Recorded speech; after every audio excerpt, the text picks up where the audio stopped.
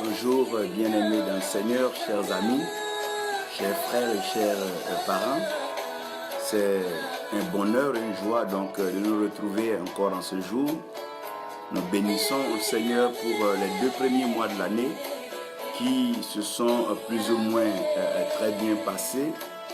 Nous lui rendons toute la gloire pour les autres mois qui seront merveilleux, tout en soutenant le Togo dans ces temps donc de résultats.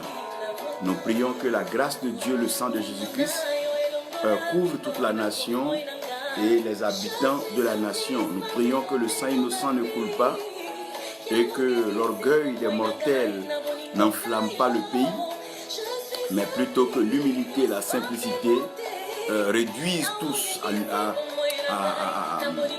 à l'humilité, donc à la simplicité et à la retenue. Que le Seigneur soutienne donc toutes les nations qui sont en train de passer par des moments difficiles et des moments compliqués. Nous prions le Seigneur pour le Congo démocratique et nous croyons que ce beau pays, ce merveilleux grand pays retrouvera donc sa lueur, retrouvera donc son éclat, retrouvera donc la gloire que le Seigneur a bien voulu investir sur elle en la plaçant bien sûr au cœur de l'Afrique avec toutes ses richesses, trésors et valeurs. Nous ne manquons pas de bénir le Seigneur pour l'humanité, vu donc ces nouvelles maladies, épidémies, pandémies qui sont en train donc de détruire l'espèce et la race humaine. Et cela n'est pas bien sûr le plan et la volonté de Dieu, mais c'est l'homme par sa curiosité, par sa quête de suprématie est allé donc activer quelconque mal et la punition est en train de se répandre donc sur la création. Esther que Dieu te bénisse, que sa grâce repose sur toi et que la paix du Seigneur soit avec toi.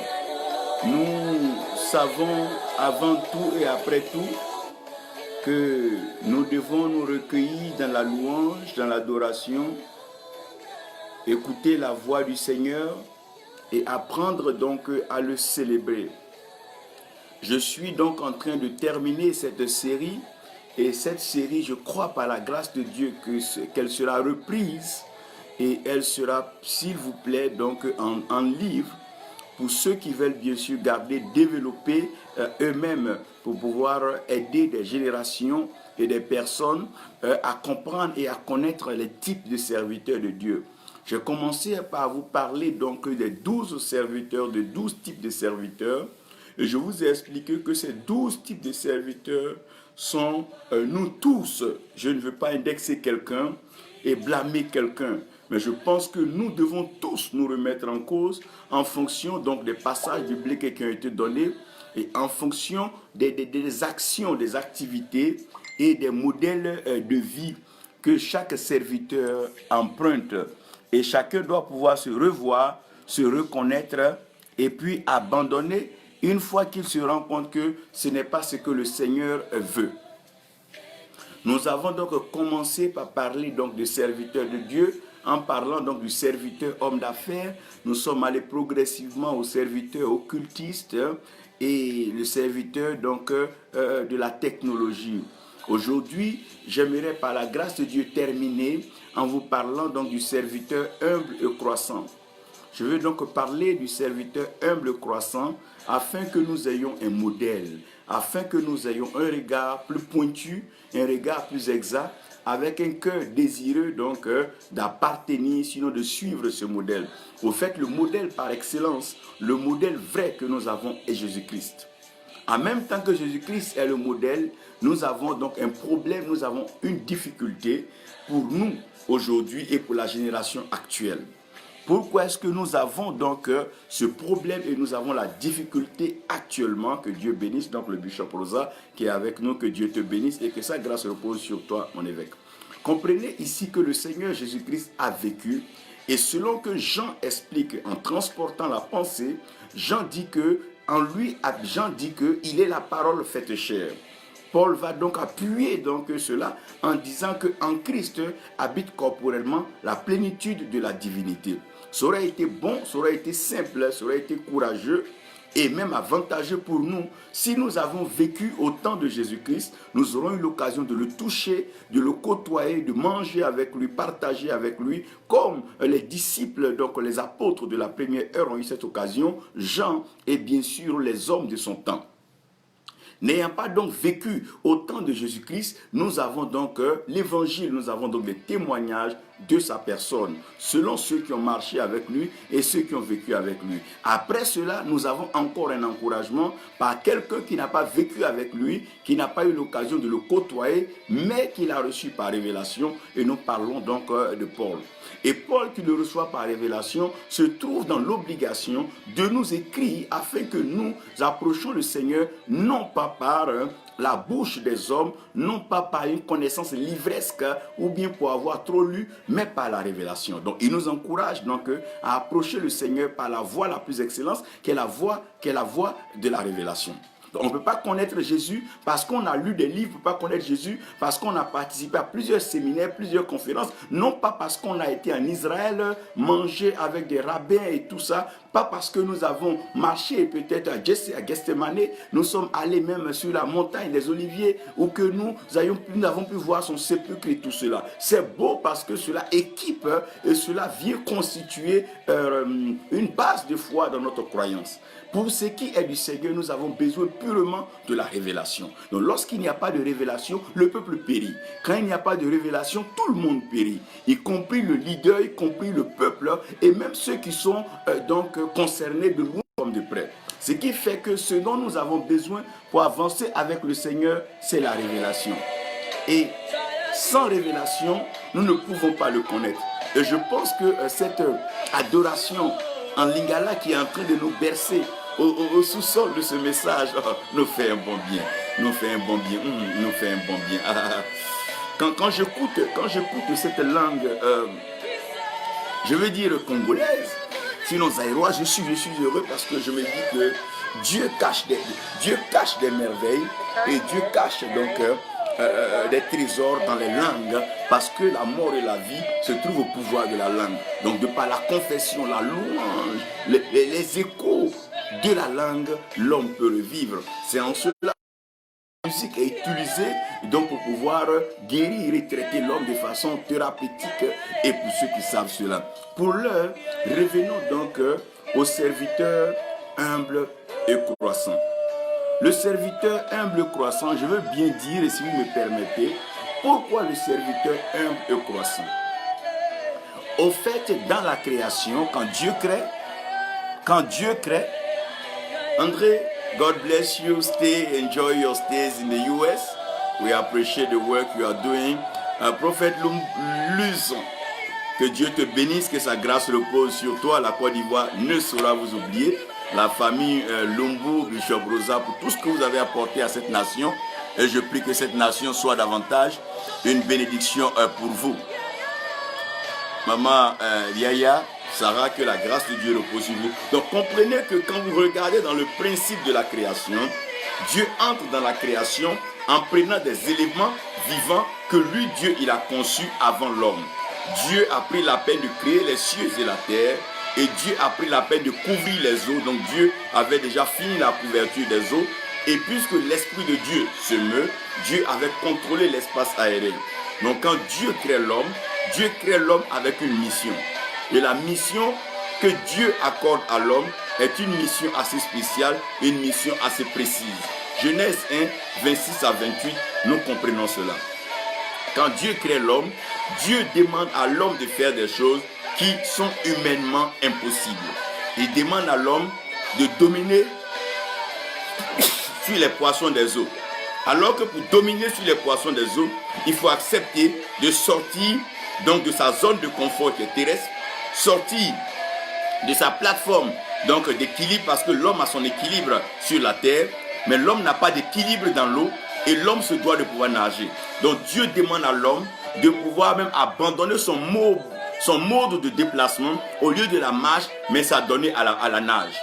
Un peu comme Ézéchiel parle un peu de la mesure qui monte depuis la cheville jusqu'à la poitrine. Il dit en ce moment, il n'est plus question de marcher, on ne peut que nager. Donc Dieu contraint l'homme à changer son mode de déplacement. Donc quand on peut changer un mode, c'est qu'on doit être vraiment outillé d'humilité. Sans humilité, on ne change pas. Sans humilité, on ne s'adapte pas. Sans humilité, on n'évolue pas dans quelque chose qui n'est pas le nôtre. Que Dieu bénisse le prophète Jérémie, Nabi qui est avec nous, Tanga, et Gordon Zogwe. Donc il est difficile sans humilité de pouvoir changer son mode. Et en plus, Dieu demande à l'homme de dominer sur les oiseaux qui volent dans les airs. En d'autres termes, on ne peut pas prendre le vent si on n'a pas la forme aérodynamique. Dieu demande à l'homme, bien qu'il est fait supérieur aux animaux, mais de pouvoir à certains moments de s'adapter à leur mode de fonctionnement. Dieu, en demandant à l'homme de dominer sur les oiseaux qui s'envolent, il demande à l'homme de pouvoir prendre à un certain moment la forme de l'oiseau et de pouvoir s'envoler. Donc le mode encore de déplacement qui n'est pas la marche deviendra donc l'envol. Il demandera à l'homme de dominer sur tous les animaux qui se meuvent à la surface de la terre. Donc il va demander à l'homme de pouvoir par un moment laisser le confort de la ville et se retirer dans la brousse, se retirer dans la forêt où il pourra donc dominer sur le lion, la panthère, tigre, guépard et ce que vous avez à imaginer. Et Dieu demande cette mission à l'homme. En demandant cette mission à l'homme, il veut dire à l'homme que tu dois t'adapter à toutes les espèces. Tu dois t'adapter à tous les terrains. Tu dois être aussi maritime, aérien comme terrestre. Et tu dois pouvoir conjuguer avec la force de feu. C'est pour ça, pour pouvoir prendre donc possession une nation, il faut pouvoir avoir donc son armée possédée sur la mer qu'on appelle les marins. Il faut avoir une armée, une élite dans les airs qu'on appelle les forces de l'air, donc les forces de frappe. Et nous avons aussi donc une force militaire sur la terre qu'on appelle les fantassins ou l'infanterie qui a pour but de pouvoir combattre sur la terre. Nous avons donc la force de l'air qui sont les Air Force qui sont obligés de combattre dans l'air et les marins qui sont obligés de combattre sur les eaux. Et puisque ces trois forces-là ne peuvent pas combattre sans le feu, ils auront en commun donc ce qu'on appelle la force de feu.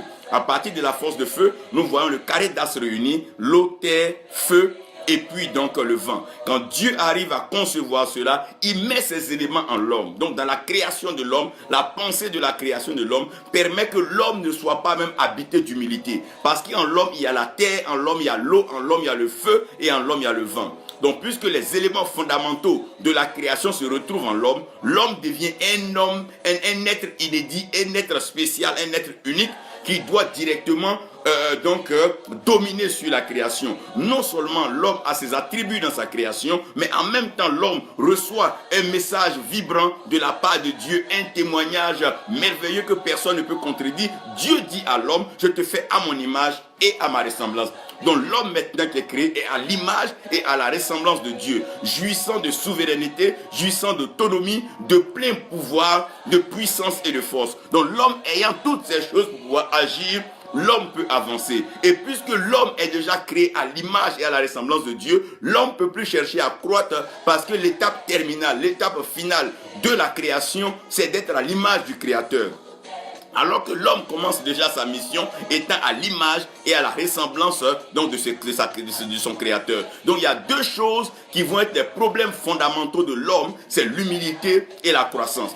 Pourquoi l'humilité? Lorsqu'un homme a déjà eu l'approbation de Dieu, qu'il est à l'image et à la ressemblance de Dieu, quand un homme a déjà été conçu par la terre, le feu, le vent, il a été conçu par l'eau, quand un homme a été fait des mains de Dieu, oh mon Dieu, qu'il a été touché, palpé par Dieu, et pour qu'il vive, Dieu souffle dans ses narines le souffle de vie, le roi de Dieu, le souffle de la révélation, le souffle créateur, le souffle majestueux, celui qui a été au commencement et qui sera à la fin. Tu as ce souffle en toi. Quelle humilité encore l'homme peut chercher à avoir, si ce n'est que brandir sa poitrine et même taper sa poitrine pour dire, pas loin même qu'il ait l'image et la ressemblance de Dieu, mais l'homme se dit déjà Dieu. Et dès lors que l'homme se dit déjà Dieu, l'homme n'est plus humble, l'homme n'est plus apte à se soumettre pour apprendre, mais l'homme se dit déjà fini, produit, donc accompli, produit, fini. Alors que Dieu en créa Adam et Ève, Dieu les crée à son image, Dieu crée Adam à son image, à sa ressemblance, et Dieu met Adam dans un jardin. Et quand Dieu met Adam dans un jardin, Dieu envoie Adam à l'école des arbres. Parce que pour pouvoir comprendre les plans de Dieu, il faut comprendre aussi la création. Pour pouvoir mieux comprendre le Créateur, il faut comprendre la créature. Parce que les arbres que Dieu a plantés, ces arbres-là ont une mission particulière. D'abord, l'arbre est fidèle et l'arbre croît. Donc, aucun arbre ne vient grand directement. Un arbre commence depuis la sémence, l'arbre apprend à germer, la graine meurt et l'arbre apprend à pousser. Et l'arbre, non seulement l'arbre a sa fidélité, parce que là où tu plantes un arbre, tu peux revenir 20 ans, 30 ans, tu trouveras l'arbre là. Mais un homme dans un pays revient 2 mois, 3 mois plus tard, on va te dire il a déménagé, il n'est même plus au pays où il est parti quelque part. Parce que l'homme n'est pas fidèle. Et l'homme n'apprend pas donc à croître parce que l'homme n'est pas humble. L'homme n'accepte pas de mourir à lui-même. L'homme veut donc tout simplement faire ce qui lui passe par la tête. Donc le vrai problème de l'homme avec Dieu, c'est simplement parce que le libre arbitre ne veut pas dire donc une autonomie et donc être autodépendant. Mais Dieu nous donne le libre arbitre en nous permettant de nous rappeler qu'il est notre source, il est notre ressource et il est notre provision. Il n'est pas question que l'homme parte chercher la provision, la source et la ressource ailleurs. Dieu met Adam et Ève dans un jardin parce que dans l'Apocalypse, la Bible parle donc de l'arbre dont la feuille guérissait toutes les nations. Donc la guérison des nations se trouve dans l'arbre. Je vais vous expliquer pourquoi. Quand Dieu devait crucifier le Seigneur Jésus-Christ, s'il cherchait un homme sur lequel crucifier Jésus, jusqu'aujourd'hui il n'avait pas trouvé. Pierre même dit qu'il ne sait pas qu'il y a Jésus en Israël. Judas s'est pendu d'office, les autres disciples sont dispersés, il n'est resté que Marie et Jean. Donc, si Dieu cherche un homme sur qui crucifier Jésus, on ne trouvera pas. Mais pour un arbre, ça a été facile. Parce que l'arbre ne se plaint pas. L'arbre ne riposte pas. L'arbre n'injurie pas. L'arbre ne fait pas de mal. L'arbre donne son ombre et l'arbre donne son fruit. L'arbre est merveilleux. Donc, Dieu envoie Adam dans un jardin pour que Adam apprenne donc à vivre avec les arbres. Mais dans les arbres du jardin, il y a un arbre que Dieu va placer donc une restriction là-dessus pour dire non, ce arbre-là, je vous défends formellement de ne pas manger. Dieu veut tester ici, quoi? L'humilité d'Adam. Parce que celui qui est humble s'aligne selon les instructions que lui donne son hôte. C'est quoi l'humilité? Tu es reçu par un de tes fils ou un enfant. L'enfant te dit chez moi, voilà ce qu'on fait. L'humilité, c'est de dire, j'ai compris, je suis avec toi, je me conforme à cela. Parce que jusque-là, quelle que soit ta grandeur, c'est lui qui t'a mis là où tu es, c'est lui qui doit te dire ce qu'il y a lieu de faire et ce qu'il ne faut pas faire. Tu ne peux pas aller au-delà de ce qu'il te dit. Ça, c'est de l'orgueil. Donc, Adam et Ève, dans l'orgueil, vont dire, ben, l'arbre là et le fruit là, bon, si on mange même, ça fait quoi? Puisque nous sommes à l'image et à la ressemblance de Dieu. Si nous on mange là, ça fait quoi? Donc, vous voyez que le serpent n'avait pas besoin d'argumenter parce que l'homme n'avait pas en lui cette grâce d'humilité. Ça aurait été même dans un cas de pure humilité, l'homme ne se serait jamais approché de ce arbre, ni cherché à savoir même ce que ce arbre était. Mais puisque l'homme a en lui cette suffisance, cet orgueil, l'homme veut toujours aller savoir qu'est-ce qu'il y a dedans. Alors que vous devez... La croissance est toujours liée à l'humilité. Regardez, quand un enfant naît, un bébé naît, pourquoi le bébé arrive à marcher? C'est parce qu'il accepte de s'asseoir, faire les 4 pattes, avant de pouvoir se... Il y a un processus, il y a une croissance pour arriver toujours quelque part. Quand Dieu a créé l'homme, Dieu a dit, et l'homme est devenu. Donc le mot devenir est un mot de processus, est un mot d'étape, est un mot de parcours. Donc l'homme est passé par quelque chose pour devenir une âme vivante. Mais le fait que l'homme soit devenu une âme vivante n'est pas l'étape terminale, car Dieu veut faire de l'homme un esprit qui vit éternellement et un esprit vivifiant. Donc Dieu va mettre l'homme dans un jardin pour tester déjà sa bonne foi et son humilité. Donc celui qui n'est pas humble ne peut pas croître. Celui qui croit tout connaître, qui croit tout savoir, ne peut plus croître. Celui qui croit qu'il est arrivé à un niveau où il s'est donné tous les titres, il ne peut plus croître. Celui qui pense que après lui, il n'y a personne, il ne peut plus croître. Celui qui pense que sans lui, il n'y a plus d'évangile, il ne peut plus croître. Parce que nous sommes obligés de reconnaître une chose. Si nous ne sommes pas caractérisés d'humilité, nous ne pouvons pas croître. Et malheureusement, dans le service de Dieu, dans la maison de l'Éternel, là où les enfants de Dieu se retrouvent, l'orgueil a fait que la stagnation et il n'y a plus de croissance. Les hommes sont tellement orgueilleux, imbus de leur personne. Chacun pense qu'il est arrivé. Chacun pense qu'il il a le monopole de la révélation. Chacun pense qu'il a le monopole de la prédication, de l'art oratoire. Et aujourd'hui, dommage, il n'y a plus de croissance. Il n'y a plus de croissance. Et chacun, pour justifier d'ailleurs son orgueil, son arrogance, gonfle ses titres, présente des grosses foules, s'associe avec des grandes figures du monde de l'art, du monde de la musique, du monde de la culture, pensant qu'en présentant ces grands hommes, ça les met encore au plafond. Frère, Dieu aime plus celui qui est humble, car celui qui est humble a encore de l'espace pour croître, a encore de l'espace pour s'améliorer, a encore de l'espace pour bonifier, a encore de l'espace pour mieux faire. Mais celui qui croit qu'il est arrivé, il est à l'étape terminale, on ne peut plus rien lui apporter. Ce qui est déjà plein est déjà plein. On ne peut pas remplir ce qui est déjà plein. C'est pour ça que Dieu permet que l'homme se vide, que l'homme se dépouille, que l'homme se détache par moment de ses gains, de ses avoirs, de sa zone de confort pour l'orienter et le bénir.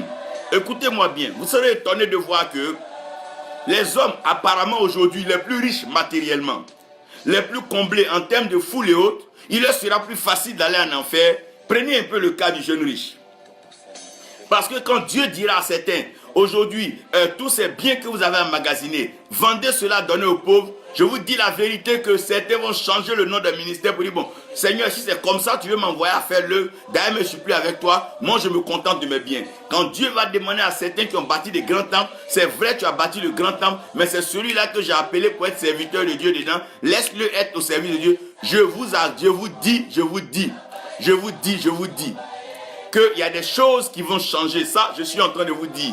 Il y a des choses que vous n'allez pas pouvoir comprendre. C'est pour ça que vous voyez que c'est le jeune riche qui est parti triste. Les pauvres que le Seigneur a rencontrés, ça a été facile de leur annoncer l'évangile. Il dit, l'Esprit de Dieu est sur moi quand il m'a oint pour annoncer une bonne parole, la bonne nouvelle aux pauvres. Vous savez, il est facile d'annoncer la bonne nouvelle aux pauvres. Il est facile de pouvoir parler aux pauvres. Il est facile de pouvoir, il est facile de pouvoir donc annoncer la bonne nouvelle aux pauvres que d'annoncer la bonne nouvelle aux riches. Va aujourd'hui dire à un homme qui est apparemment riche, homme de Dieu, donne toutes tes voitures, tes biens, allons vendre. On va faire du bien dans un village qui a subi des sinistres pour leur donner l'évangile. Ce pasteur ne va pas t'écouter, il quittera devant toi pour dire que toi tu es venu pour l'appauvrir. Si tu ne peux pas m'aider à fonder ma richesse, quitte à côté de moi. Parce que le diable est arrivé à mesurer l'ego de l'homme par ce qu'on appelle l'argent, par le matériel. Donc à partir de l'argent de l'homme, l'homme aiguise et l'homme apaise son ego. Et l'homme renforce son orgueil. Malheureusement, on cherche des gens humbles et croissants. On ne trouve plus. Aujourd'hui, les hommes sont tellement riches que quand on leur dit quelqu'un est malade quelque part, non, ils sont plus prêts. Pourquoi? Parce que dans leur confort, dans leur climatisation, et devant leurs grands écrans en train de jouer par moments. Oh frère, l'espèce humaine est en train d'être détruite parce que l'orgueil et l'arrivisme est en train de contrôler le temple. Jusqu'au point où certains arrivent à malmener, maltraiter, marcher sur des fidèles. Annie Grâce, que Dieu te bénisse à moins Kakou. Vous voyez que nous sommes arrivés à un stade où personne ne veut comprendre la pensée de l'humilité et la croissance. Tout le monde est déjà arrivé, chacun est au point dans son art. Chacun est déjà major, chacun est déjà général, chacun est déjà maréchal, chacun est déjà, comme vous voulez les titres. Parce qu'on pense que nous sommes déjà arrivés. Frère, même Abraham, quand il vieillissait avec Dieu, il apprenait toujours. David, c'est plus il vieillissait même qu'il apprenait à découvrir des choses avec Dieu. Salomon, c'est après avoir manifesté tout ce que vous connaissez qu'il s'est assis pour écrire Ecclésiaste et écrire donc Cantique. Écoutez-moi bien. Écoutez-moi très bien. Ce qui nous trompe, c'est parce que nous croyons que nous sommes arrivés, que nous pouvons faire et que nous allons faire. Mais malheureusement, aujourd'hui, je vais vous présenter, si vous me permettez, le serviteur humble et croissant. Le serviteur humble et croissant. Qui est le serviteur humble et croissant? Loin de tout ce que nous venons de dire, Viviane Touré, que Dieu te bénisse, que Dieu bénisse ta famille. Loin de tout ce que nous venons de dire, vous allez comprendre que le serviteur humble et croissant, il y en a de très peu. Aujourd'hui, je vous parle, il y en a très peu, de très peu. Parce que tu es étonné des jeunes même que tu as encadrés à la maison. sont devenus des pères, des grands-pères. Tu te poses la question, à quel moment ont-ils grandi? À quel moment sont-ils parvenus à cela? Et ils s'appuient sur l'argent qu'ils ont eu après avoir escroqué ou bien flirté avec quelle magie pour donc s'imposer. Mais vous voyez que dans la présentation de leur personne, il n'y a pas d'humilité et il n'y a pas de croissance. Ils sont stagnants, ils répètent les mêmes choses, ils disent les mêmes choses. Ils sont toujours en train de penser qu'on est jaloux d'eux et tout et tout. Non, mais la vie ne se limite pas là. On ne peut pas vivre d'ailleurs sans être envié, convoité, jalousé. Ça fait partie de la vie. Depuis l'enfance, ça a toujours été et ça sera comme ça pour toujours. Mais ce qui est fondamental, l'évangéliste Lydie Niamien, que Dieu te bénisse, ils sont très peu. Mais ce sont des serviteurs selon le cœur de Dieu. Ils sont appelés et commandés par le Seigneur. Ils poursuivent une vision donnée par Dieu. Ce qui les intéresse, ce n'est pas ce que le monde pense. Est-ce qu'on doit être riche? Est-ce qu'on doit être ceci? Est-ce qu'on doit participer à les grands? Eux, ce n'est pas ce qui les intéresse. Ils ont un plan que Dieu leur a donné. Si ce plan doit les envoyer dans un campement ou dans un village, ils sont prêts. Si ce plan doit les envoyer dans une grande ville, dans une capitale, ils sont prêts. Si ce plan doit les envoyer en Afghanistan, en Iran ou dans n'importe quel pays du monde, selon que ça soit la volonté de Dieu, eux, ils sont prêts à partir. Ils font preuve d'une grande intégrité. Ça veut dire que quoi? Ils sont intègres. Ils s'arrangent pour être intègres en tout ce qu'ils font. Tu leur confies une mission, ils ne s'approprient pas la mission. Ils font la mission, ils viennent rendre compte de la mission. Et ils sont des hommes d'un grand caractère, de piété et d'un cœur pour les choses de valeur éternelle. Quand tu les vois parler de Dieu, c'est très rare que tu les verras parler de j'ai ceci, j'ai voyagé là. Tu les verras toujours en train de parler de Dieu, sa parole, sa pensée. Leur cœur est pour Dieu. Quand ils ont l'occasion de s'adresser aux gens, ils parlent des choses éternelles. Quand ils ont l'occasion de parler aux gens, ils parlent des choses qui plaisent à Dieu. Quand ils ont l'occasion de parler aux gens, ils leur parlent de ce que Dieu a acquis pour l'humanité. Quand ils ont l'occasion de parler aux gens, ils leur parlent de l'amour de Dieu. Quand ils ont l'occasion de parler aux gens, ils leur parlent du cœur de Dieu. Ils ne sont pas parfaits. Non, non. Je ne suis pas en train de vous dire parce qu'ils sont humbles et croissants, donc ils sont parfaits. Ils ne sont pas parfaits. Mais ils grandissent tous les jours. Ça veut dire que si tu les as connus hier avec 20 défauts, tu vas remarquer de jour en jour, ils vont passer de 19, 18, 17. Tu les vois croissants. Tu vois qu'il y a du meilleur en eux. Tu vois que chaque jour, il y a du meilleur en eux. Un peu comme les louanges en lingala, les adorations. Plus tu montes, tu te rends compte que la parole est profonde. Dégustez-moi ça pour une minute. Dégustez-moi ça pour une minute.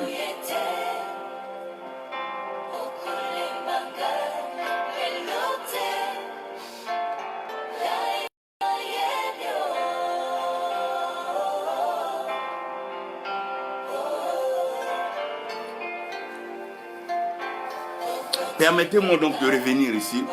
Comprenez, ils sont pas parfaits. Ils ne sont pas parfaits. Écrivez ça. Ils ne sont pas parfaits, mais grandissent tous les jours. Ils sont équilibrés apparemment. Ouverts au changement et pleins du Saint-Esprit. Ça veut dire que même s'il faisait quelque chose, que Dieu envoie un homme de Dieu lui dire, il est prêt à changer. Il est prêt à s'adapter à cela. Parce qu'il sait que la révélation est progressive et nul n'a le monopole de la révélation. Dieu peut prendre quelqu'un même que tu ne considères pas comme appelé pour prophétiser. Il peut prendre quelqu'un que tu crois avoir baptisé pour te parler de la part de Dieu. Qui vous a dit que ceux que nous envoyons au Seigneur, ou bien ceux que nous baptisons, nous restons au-dessus d'eux pour toujours? Non, Jean a baptisé Jésus, écoutez-moi bien. Jean a baptisé Jésus, mais il fut un moment de la vie où Jean même, allez-y, Jean partait poser des questions pour savoir. Parce que les choses, les disciples de Jésus baptisaient plus que les disciples. Ce n'est pas une affaire de c'est moi qui l'ai amené au Seigneur, c'est moi qui l'ai connu. C'est une question d'humilité et de croissance. Oui, un enfant qui est toujours assidu, qui est humble à l'école, va évoluer plus vite que ses grands frères et autres. C'est une question d'humilité et de croissance. Ce n'est pas une question du nombre d'années que j'ai été un tel homme de Dieu. Paul n'a pas été avec Jésus, écoutez-moi bien. Mais quand Paul parlait, Pierre dit, l'évangile de Paul a renouvelé ma pensée. Ça, c'est Pierre qui parle. Quelqu'un qui a marché avec le Seigneur, qui a marché sur l'eau, qui a vu des prouesses et qui a été même témoin de toutes choses. C'est lui qui est en train de parler ainsi en rendant témoignage de Paul. ce sont des pasteurs déterminés qui se déplacent uniquement au rythme de Dieu. C'est-à-dire, quand ils voyagent, Dieu a permis et parce que Dieu a voulu. Mais ils ne se déplacent pas dans le but de faire du tourisme ou bien donc augmenter le nombre de terres visitées. Le tourisme est bon pour tout être. Découvrir la terre, connaître le monde, ça c'est merveilleux. Nous aimons cela. Mais je parle des gens qui se déplacent selon l'ordre et bien sûr la volonté de Dieu. Ils ne vont pas dans un lieu pour aller dans un lieu, mais ils vont parce que Dieu les envoie. Ils vont au rythme de Dieu. Ils ne courent pas au rythme des gens. Non, parce que tel est devenu riche, moi je dois devenir riche. Parce que tel a fait ceci. Non, ils vont au rythme de Dieu. Si ce rythme leur demande de manger un pain aujourd'hui, ils mangeront le pain. Si ce rythme leur demande demain de pouvoir boire un seul verre d'eau, ils le feront. Pourquoi? Parce qu'ils vont au rythme de Dieu. Caroline Nasser, que Dieu te bénisse, que sa grâce repose sur toi. Mon amour exaucé, que Dieu te bénisse, que sa grâce repose sur toi. C'est des hommes qui vont au rythme de Dieu.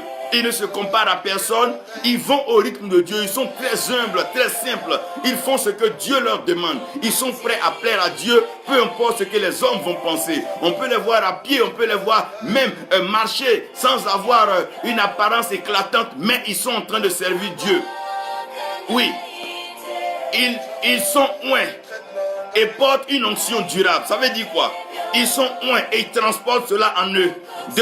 D'année en année, de décennie en décennie. Leur message n'est pas dilué. Leur onction est authentique et tous ceux qui les rencontrent sont bénis. Ils parlent de la part de Dieu et ils n'ont pas peur de dire la vérité et d'annoncer l'oracle de l'Éternel. Quand Dieu a parlé, ils parlent selon le rythme de Dieu, ils parlent selon l'ordre de Dieu. Parce que c'est eux que Dieu a appelés, c'est eux que Dieu a mandatés. Que Dieu continue de parler. Ils sont oints et portent une onction durable. Ça veut dire que tu peux les avoir connus petits. Plus tu les revois, tu te rends compte que cette onction perdue. Cette onction elle est durable parce qu'elle est dans leurs os. C'est l'orgueilleux qui perd ce qu'il a. Mais celui qui est humble garde. Et surtout ce qu'il garde grandit toujours. Dieu a voulu cela pour la création. Il travaille fortement pour l'unité du corps de Christ. Ils ne se limitent pas à leur dénomination. Ils ne sont pas limités à leur dénomination, à leur église, à leur pays, à leur ethnie, à leur famille. Ils ne se limitent pas à cela. Partout, Dieu les envoie, ils sont prêts à prêcher l'évangile. Peu importe la dénomination, peu importe le rassemblement qui est là-bas, pourvu que Jésus puisse être annoncé et que la vérité parvienne aux gens, pourvu que les hommes puissent connaître Dieu, ils sont prêts à partir. Même s'il faut aller prêcher quelque part dans un village plein de sorciers, c'est avec joie qu'ils apportent la lumière dans les ténèbres. C'est avec joie qu'ils apportent la révélation dans un lieu donc d'égarement, un lieu d'hérésie, un lieu de mensonge et un lieu de mort. Ils sont toujours prêts à faire cela. Voilà leur description. Comment les reconnaître? Ils sont prêts à unir les uns et les autres, travailler à la réconciliation.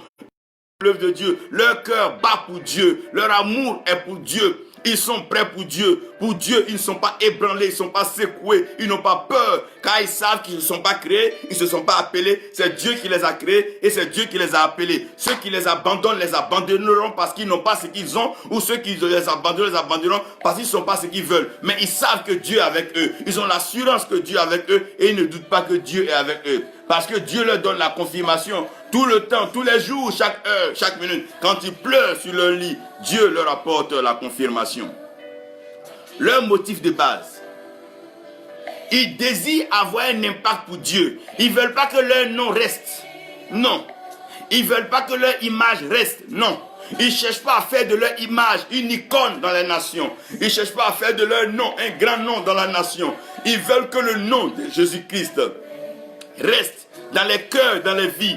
Ils veulent que Jésus-Christ soit grand partout où il passe. Ils veulent que la gloire de Dieu se répande sur les peuples et les nations. Ils veulent que Dieu soit célébré, glorifié et acclamé. Le plus important pour eux, c'est Dieu, c'est pas eux. Et ils sont des êtres, ils sont de passage, ils sont en mission, ils sont des messagers, ils sont des ambassadeurs. Ils n'apportent rien d'autre que représenter dignement donc la terre, la nation, le royaume qui les a envoyés. Sharon Bell, you are blessed, the Lord be with you as you do faithfully his work.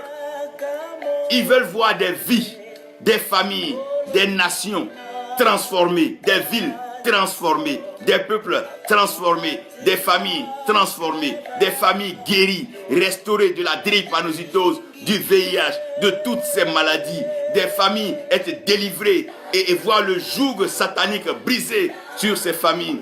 Oh, ils veulent que ces familles viennent au Seigneur, parviennent à la connaissance du vrai Dieu. Oui, Azusa, il le faut bien. Il faut que les familles soient délivrées, le monde entier proclame Jésus-Christ. Tout genou va fléchir et toute langue confessera que Jésus-Christ est Seigneur. À la gloire de notre Dieu.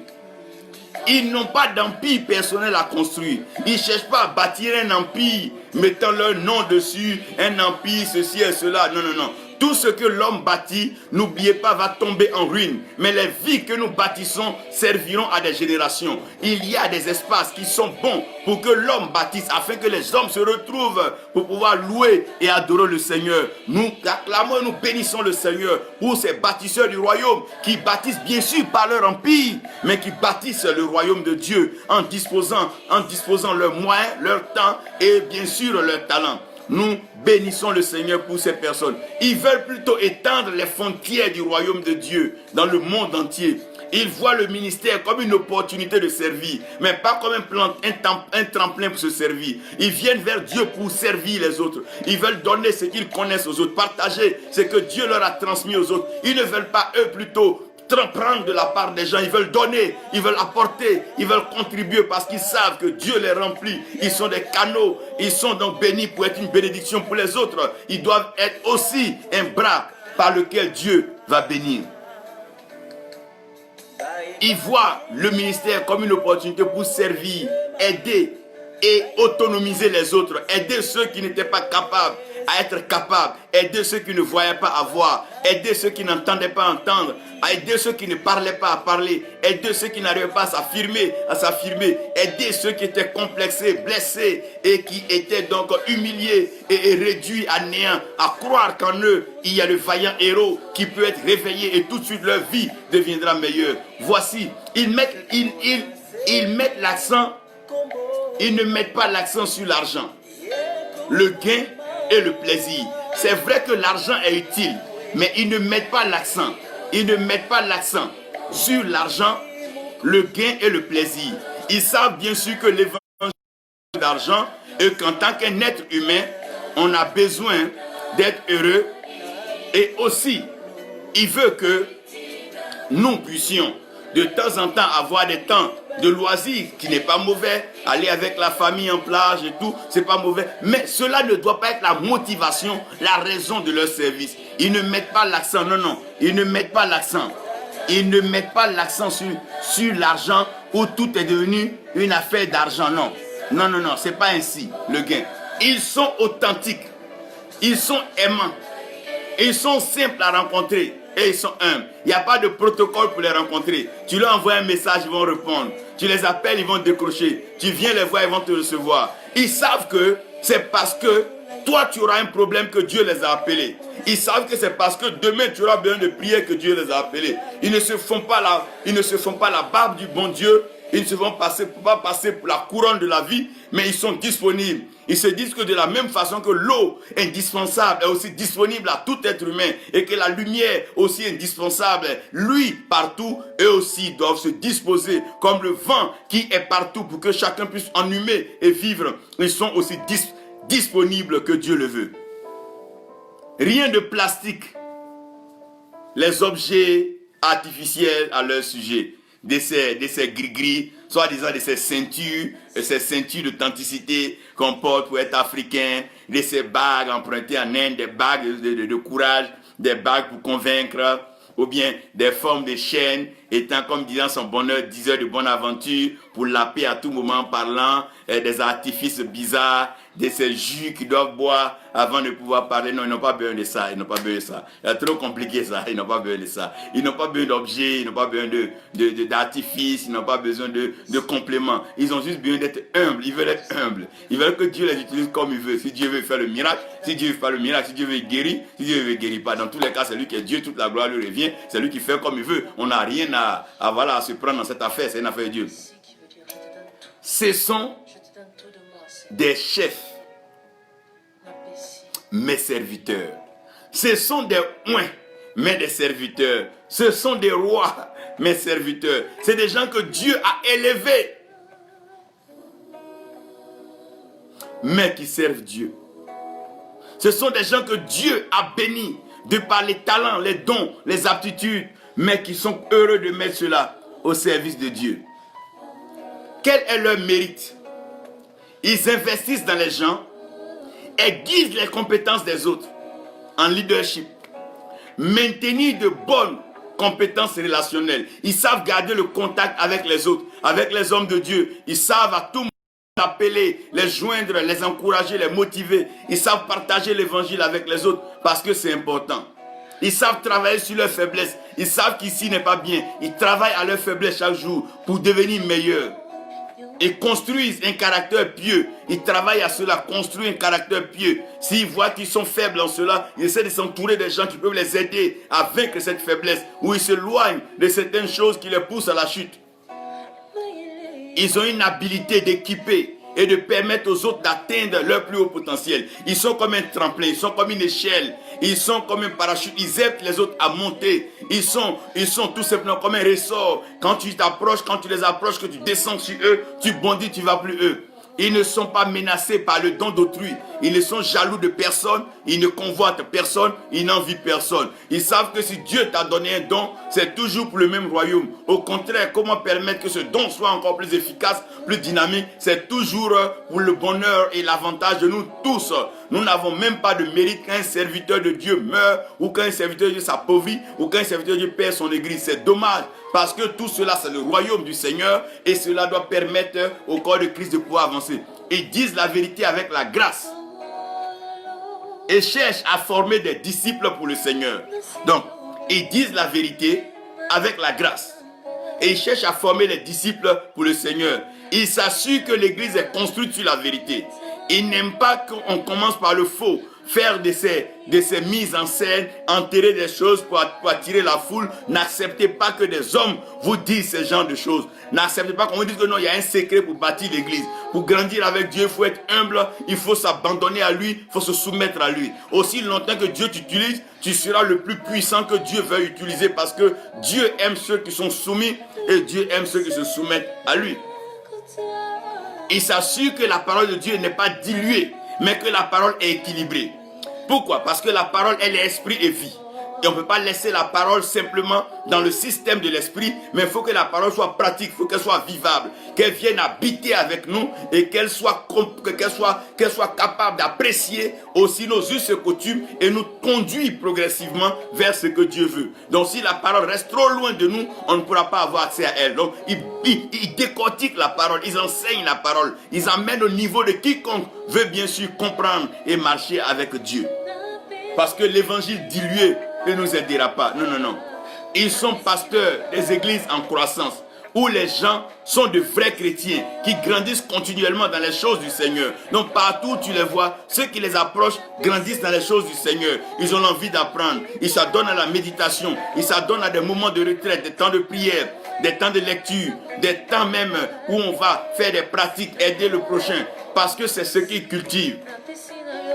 Ils élèvent des leaders et les équipes pour continuer l'œuvre de Dieu. Vous allez remarquer que quand vous voyez ces hommes de Dieu, plusieurs grands vont dire non, je connais tel, j'ai marché à lui, tel m'a aidé, tel m'a dirigé, tel m'a conduit là, tel m'a présenté à temps. Parce que même si eux-mêmes n'ont pas leur nom grand, vous allez voir que dans tous ceux qui se disent grands, leur nom apparaît dans leur arrivée et tout. C'est des gens disponibles. Ils servent Dieu et ils aiment servir leur prochain. Ils n'ont pas honte, ils n'ont pas peur de servir leur prochain. Qu'est-ce qui sera le résultat? Mais les résultats sont bons, sont grands, des églises sont grandissantes.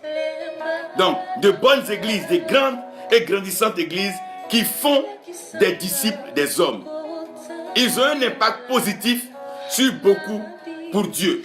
Donc, partout où ils vont, vous allez voir qu'avec le temps, les gens commencent à comprendre, à apprécier l'impact de Dieu dans ces peuples-là et dans ces vies. Parce que Dieu les a choisis, Dieu les a équipés, Dieu les a bénis pour cela. Je veux prier et je veux dire que nous ne sommes pas sur cette terre, pour nous accrocher à des titres, à des édifices, à des acquis. Non. Nous sommes sur cette terre pour reconnaître qu'au-dessus de nous, dans les cieux, il y a notre Dieu, notre Père, notre Créateur, notre Seigneur et notre Sauveur. Nous devons aussi comprendre que pour que nous arrivions à cette vie-là, il a fallu que Dieu lui-même envoie son Fils unique qui est Dieu, qui vient de cette terre de la façon la plus humble, la façon la plus simple, et d'habiter parmi nous et occuper une fonction simple comme charpentier, avancer dans son travail et appeler des personnes de peu d'expérience, de connaissance, de peu d'instruction, les faire asseoir, passer sa vie avec eux, les instruire, les bâtir, leur expliquer le principe du royaume, les envoyer pour les cas pratiques et donner sa vie, couler son sang pour péché qui n'a ni connu, ni commis, qui n'en sait rien absolument, parce qu'il est saint, il est parfait, il est la parole et l'accomplissement de la parole. Mourir pour les gens, leur donnant sa vie, soufflant sur eux. Malgré leur cruauté, leur méchanceté, il ne les a jamais en voulu, il ne les a jamais maudits. Même à la croix, il dit Père, pardonne-leur, car ils ne savent pas ce qu'ils font. Quelle humilité, quel altruisme, quelle générosité. Et il dit pour vous, il est avantageux que je parte. C'est-à-dire que malgré mes acquis sur la terre, je peux rester encore pour jouir de ma résurrection. Mais pour vous, je m'en irai. Et je demanderai au Père de vous envoyer le Saint-Esprit, qui est notre consolateur. Et quand lui viendra, il surviendra sur vous, vous recevrez une puissance. Ça veut dire que vous ne demandez pas une puissance, vous ne cherchez pas une puissance, vous ne convoitez pas une puissance, mais vous recevrez. Ça veut dire que je vais m'arranger à ce que la puissance vienne, qu'elle vous localise et que vous la recevez. D'apreuve, le jour de la Pentecôte, tous ceux qui étaient en chambre haute, que ce soit le meilleur qui prie, que ce soit le plus sale, le plus saint, eux tous ont reçu chacun une langue de feu. Quelle promesse accomplie à 100%. Oh Dieu! Et depuis ce jour, il n'a fait que réveiller une classe inférieure, une classe frustrée, une classe abandonnée, une classe délaissée, et mettre cette classe-là au cœur des décisions de l'humanité, en plaçant Paul Rome, propageant là les épîtres, les lettres aux extrémités de la terre, apportant une révélation, expliquant avec exactitude les événements de la fin des temps et tout ce qui allait arriver, que la science et même les divins, les astrologues n'ont pas encore pu découvrir. Déjà, il a donné cela à des hommes humbles, des hommes simples, mais des hommes croissants. Plus Jean vieillissait, plus Jean gagnait en sagesse, en maturité, en compréhension et en clarté de la vision. Dieu nous aime ainsi. Restons humbles, restons saints, restons croissants. Ce que je veux vous dire, Dieu ne peut jamais appeler un serviteur sans le combler, sans le bénir. Seulement laissez le temps de Dieu, parce que chaque saison a sa raison. Et en sa saison, la terre vous donnera raison. Quand c'est ta saison, la raison te sera donnée. Ne raisonne pas avec les autres. Pourquoi tu n'as pas ceci? Pourquoi tu ne fais pas ceci? Continue de t'humilier. Continue de servir Dieu.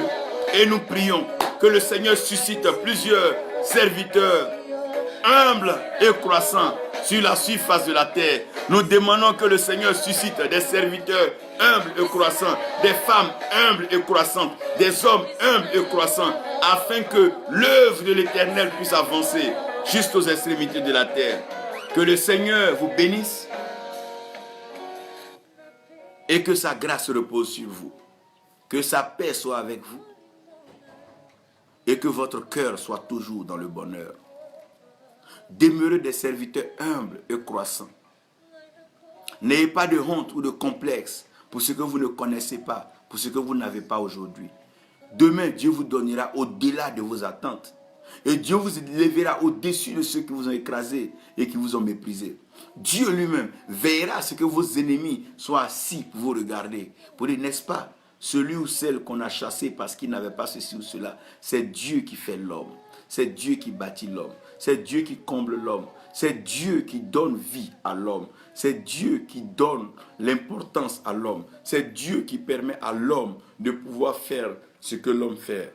Car le jour que le souffle de vie quitte un homme, il retourne à la poussière. Mais aussi longtemps que le souffle de vie est en l'homme, il est sur la terre pour accomplir des exploits, des miracles et des prodiges. Que Dieu vous bénisse, que sa grâce repose sur vous et que sa paix soit avec vous tous. Au nom de Jésus. Amen.